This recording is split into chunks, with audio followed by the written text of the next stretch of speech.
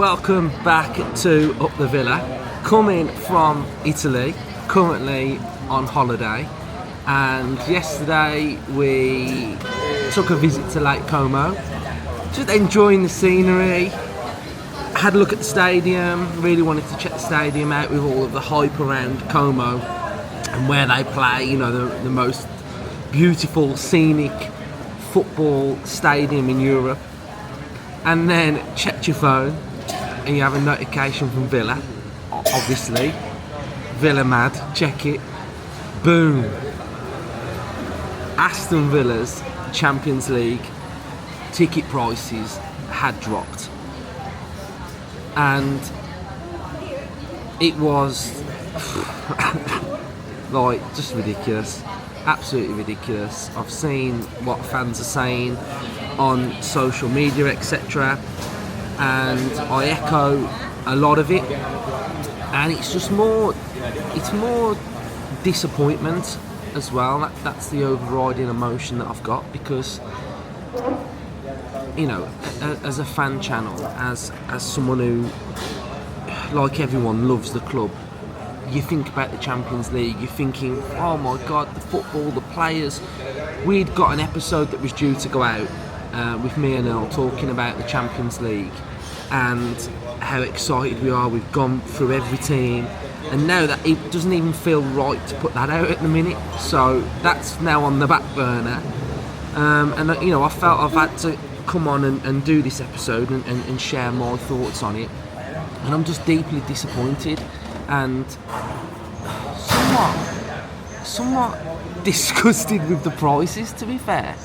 I think with ticket prices there needs to be an air of balance for me. I think any price of a ticket has to have balance. It has to have a fee that is fair to the club and the fans. But this one feels like it's just completely lopsided, off the scale. You know, when I'm talking about balance, what do I think was probably a good price for that ticket? 60, 65 max. That's probably the fee, really, because I think, yes, it is a little bit more than what your average season ticket price would be, but it's slightly more because it's Champions League. You're watching the pinnacle of European football. But to go to this side, and I'm talking about season ticket holders to start with, so for me you're looking at £79. Now £79 for me, is a lot of money. For 4 games you're paying £79. So my season ticket only cost £7.80, so 79 4 times is probably around £300.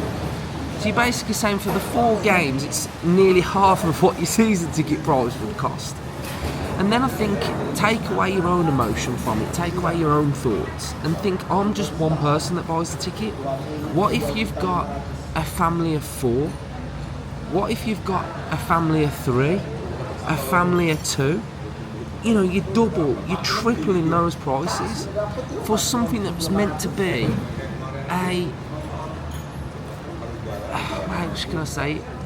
something that was meant to be momentous. First time back in the Champions League in over 40 years, and now we've got this dark cloud hanging over it because of the ticket prices. And I think the reaction is fully justified, in my opinion, because it is pricing people out. You are pricing families out. You're just pricing people out. You know, it's a lot of money, and I think when you look at how the club do the season tickets, they enable fans to do it on finance. Like, is there a finance scheme for this? Because a lot of people probably can't afford straight out £300, or can't afford, if you're a family of 3, like nearly £1,000 straight out. So I think that's disgusting in itself. You know, I'm talking about season ticket prices there. You then get onto people that aren't season ticket holders. So you're talking Zone 1 and Zone 3, you're talking £94 for someone that sits in Zone 1 and Zone 2. £94 per ticket. So what you're basically saying there is if you're not a season ticket holder, you have to pay considerably more. And I know this has been happening anyway. Some of these prices for the Arsenal game were around about £70, weren't they? So those prices are just ridiculous, and I'm just really disappointed. I'm really disappointed. Like, the problem is, I can sit here and I can moan all I like, but I'm still going to go. But why I've done this video is because there's people out there that probably aren't going to be able to go. And I think if you remember to COVID, and you remember when we was in COVID and there was that great saying, wasn't there? Football's nothing without the fans. You look at these Champions League games. What's going to make these games momentous? What's going to make these games great games? What's going to make them great spectacles? It's the fans. It's the fans that are going to make these games great. Nothing else. Yeah, the players on the pitch will do a job, but the fans are the most important part of any football club. And this, to me, feels like they've had a decision to make, and they've just literally thought, it's your Champions League, you've got to pay it. And you look at what Newcastle charge, you look at what Liverpool charge. I mean, don't look at what Liverpool charge, because they've been in it for years on end. Look at what Newcastle charged.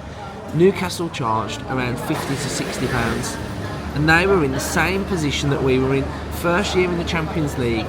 What have they done? They've done it fairly. They've done it balanced, and that's what I was talking about at the start of this episode. The balancing act. Get it fair. Get it right. Don't topple the scale, because it's just going to show the club in a real bad light. You can see all different media outlets now sharing their thoughts, and it's just simply not good enough. You know, I've been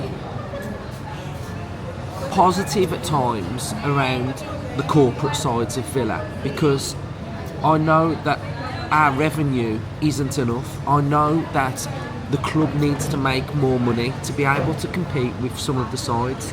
So to be able to increase your corporate revenue, such as £14,000 for the season in certain areas at Villa Park now, that's not me. If you choose to go in there, that's completely fine. And those areas will bring in significant amount of revenue to the football club. But these 4 home Champions League games are not going to make a significant difference to what some of those corporate areas would make. And it's just frustrating, it's disappointing, and it has put a bit of a downer on the Champions League. I'm not going to lie, like, it has put a little bit of a downer, and I know that the club needs to look at PSR and etc.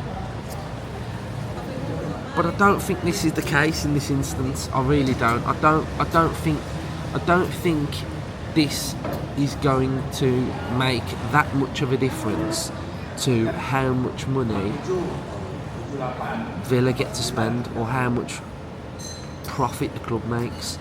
They're probably looking at around, what, 3 million? And UEFA have to take a massive cut of that anyway. So the amount of money that they're making, it's not even going to make a dent in anything. So yeah, I'm frustrated, I'm annoyed. I don't think it's good enough. I think the fans should be protected more. I think the fans should be looked after more. And then if you notice that nice little, oh yeah, guys, yeah, but we're going to charge you 25 quid for a home game in the Carabao Cup. Oh, even that's a lot. They'll just put that in there to try and like soften some blow. So Villa fans, share your thoughts, share how you're feeling about these prices. I do think they're far too high, and I think try and take your specific scenario out of the equation and look at it in someone else's perspective, because if you are a family going to that game, then it's not great, is it? It's really not great, and they need to do better. And it would be nice if they would at least sometimes consult the fans or talk to the fans more, because this decision, just again, it's another one where it's a ticket price issue. Didn't we have that last year with the Carabao Cup? Didn't we pay first Carabao Cup game 40 quid and the stadium was half empty? So yeah, guys, I'm just frustrated by it. I thought I'd got to share my thoughts while I'm on holiday because, you know, I've got a platform to share my views, and I will always just be honest on this channel, and these are my honest thoughts. So, up the Villa, speak to you all when I get home.